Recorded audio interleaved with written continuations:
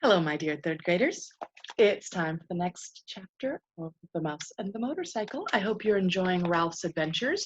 If you'll recall, because he had chewed some holes in some sheets trying to get out of the laundry basket, the maids realized that there were mice.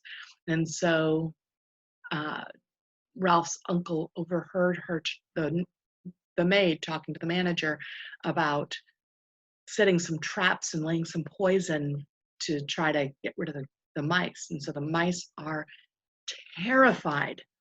In addition to that, Ralph is feeling pretty lousy about uh, the fact that um, he lost the motorcycle. But Keith seems to have forgiven him. And even though he had lost the motorcycle, still brought him some breakfast, right? So that's real forgiveness. And Ralph has told everyone, you know what? I'm going to kind of take charge here. Okay. Chapter 10, An Anxious Night. At first, Ralph's scheme worked. Keith delivered the promised bacon, toast, and jelly. The mice ate sparingly and laid aside the leftovers against the day Keith must leave the hotel. Ralph's mother continued to worry about tipping room service. Okay. Sometimes when somebody offers a service, whether it be like at a restaurant or you leave a tip for the person who's been serving you as a way to say thank you. I just want to do the right thing, she insisted. There must be some way we could manage a tip. The mice dared not leave the nest and search for small coins that might have rolled under beds and dressers. It was late in the afternoon when Ralph heard Keith and his parents returning to their rooms.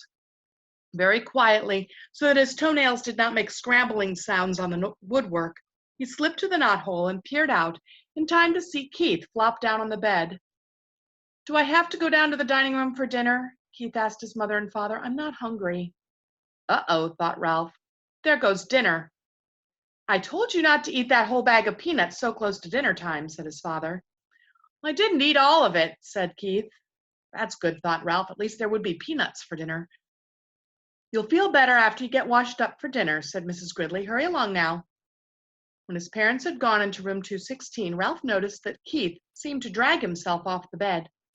He walked to his wash basin, turned on the cold water, moistened his fingers, and wiped them over his face. Then he turned off the water and gave the middle of his face a swipe with a towel, which he returned to the towel rack in such a way that it immediately fell on the floor. Keith did not pick it up, but there was nothing unusual about this. Boys rarely picked up towels. What was unusual was that Keith returned to the bed where he sat down and stared at the wall. He did not play with his cars, nor did he eat the rest of his peanuts. He just sat there. Ralph stuck his head out the knothole. Anything wrong? He asked. Oh, hi, answered Keith listlessly. I feel sort of awful. That's too bad. Ralph ventured a little further into the knothole.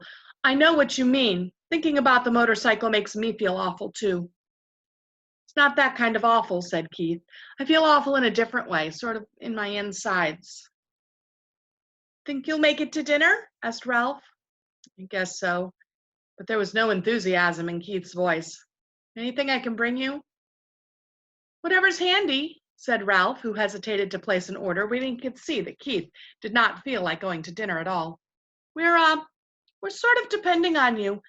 The housekeeper found all those sheets I had to chew through to get out of the hamper, and I understand she got pretty excited about mice. We're lying low until the whole thing blows over.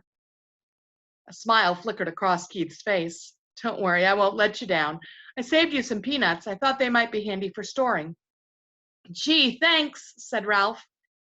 Keith got slowly off the bed and poked the peanuts one by one through the mouse hole. When he had finished, Ralph popped out again and said, Thanks a lot. Keith smiled feebly and flopped down on the bed once more. Ralph went to work moving the peanuts away from the knothole to make room for whatever dinner Keith brought.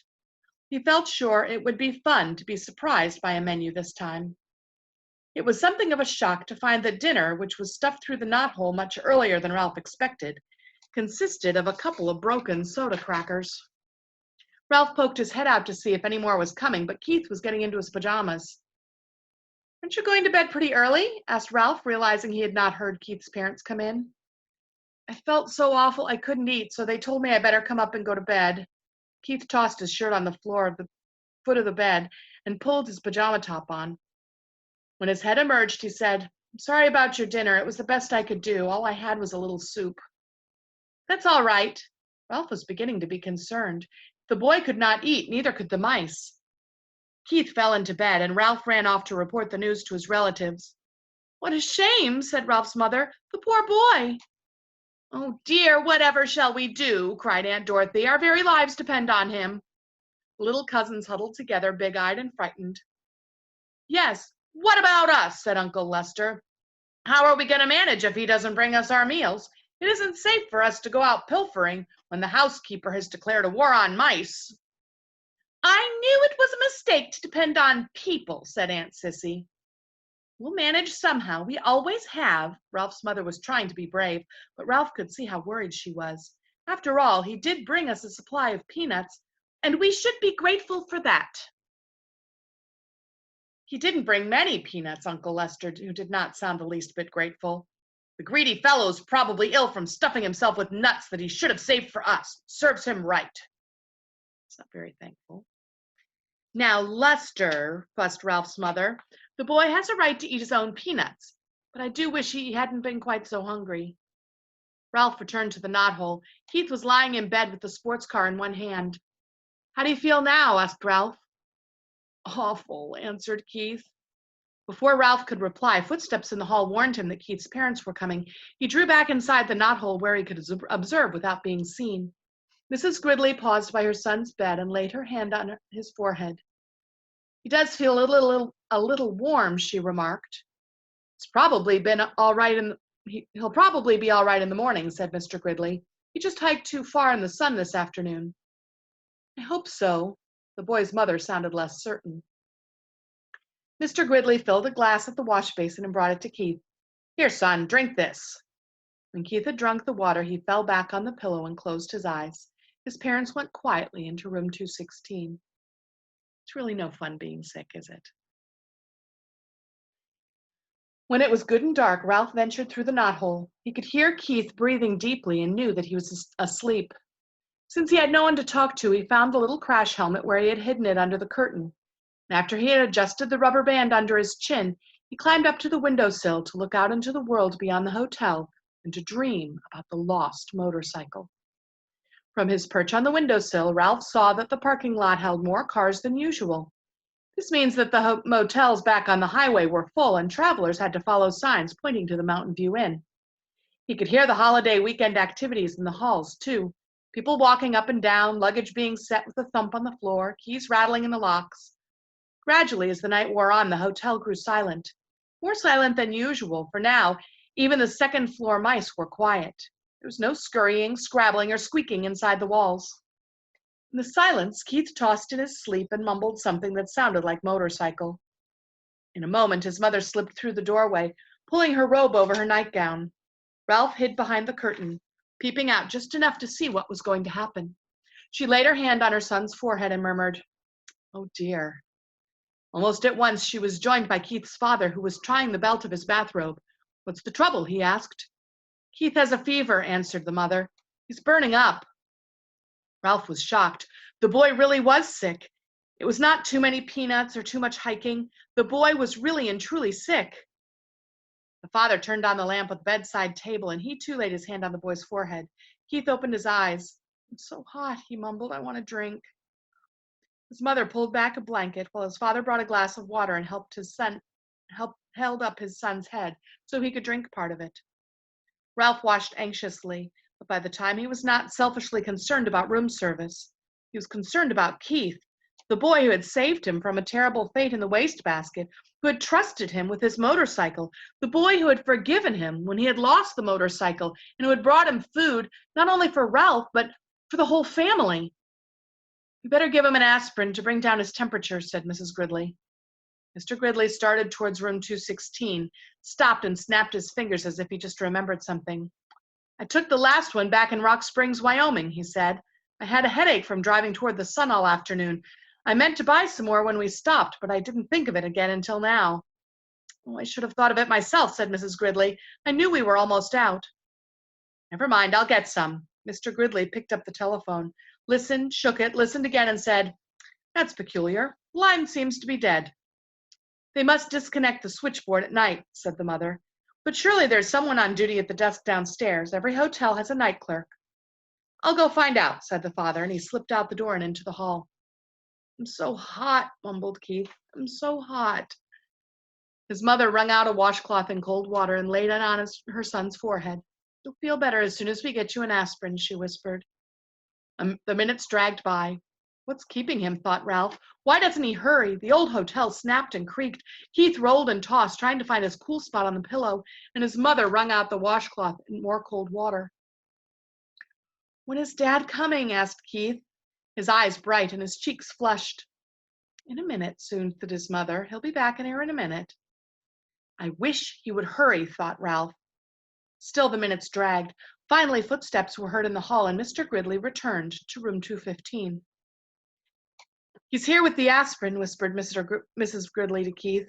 At last, thought Ralph. I thought he would never come. Mr. Gridley shook his head. There isn't an aspirin to be found any place. He sounded thoroughly exasperated. First of all, the night clerk was sound asleep on the couch in the lobby. I had a dickens of a time waking him up, and when I managed to finally do so, he couldn't find any aspirin anywhere. Oh, no, exclaimed the mother. Oh, no, echoed Ralph's thoughts. What about the little gift shop in the lobby? Asked Mrs. Gridley. They must sell aspirin. Locked up tight, and the clerk went home with the key, answered Mr. Gridley. Oh, dear. The night clerk was really very nice about it, said the father. He even came up and looked in the housekeeper's office. How far is the nearest drugstore? 25 miles back on the main highway, answered the father, and it closed at 10 o'clock and doesn't open until 9 in the morning. Mother held out her watch under the lamp. It's almost 1 o'clock. It's hours until morning. She crossed the room to wring out the washcloth again. What will we do? What can we do? Asked the father helplessly. They even telephoned the doctor, but there's been a bad accident back on the highway and he can't come. The night clerk said he would telephone the milkman before he starts his route at 6 and ask him to bring some aspirin, but he won't get here till 7 or later. All we can do is wait. Keith tossed under the cold washcloth. Mom, I think I like to go back to sleep now, he muttered thickly. I guess that's all you can do, said his mother, and bent over to kiss his hot forehead before she turned out the light. Ralph did not even wait for the boy's parents to leave the room. As soon as the light was out, he leapt silently to the carpet. By the time they had gone through the doorway into room 216, he had hidden a little crash helmet behind the curtain and was halfway through the knothole. Somewhere, someplace in that hotel, there must be an aspirin tablet, and Ralph was going to find it. He only wished that he had the motorcycle so he could travel faster.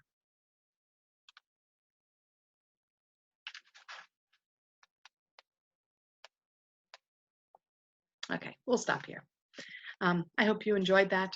I hope you're just dying to find out if Ralph is able to find an aspirin to help Keith. What of that motorcycle? I don't know. You take care of yourselves. Know that I love you and I miss you. Bye-bye.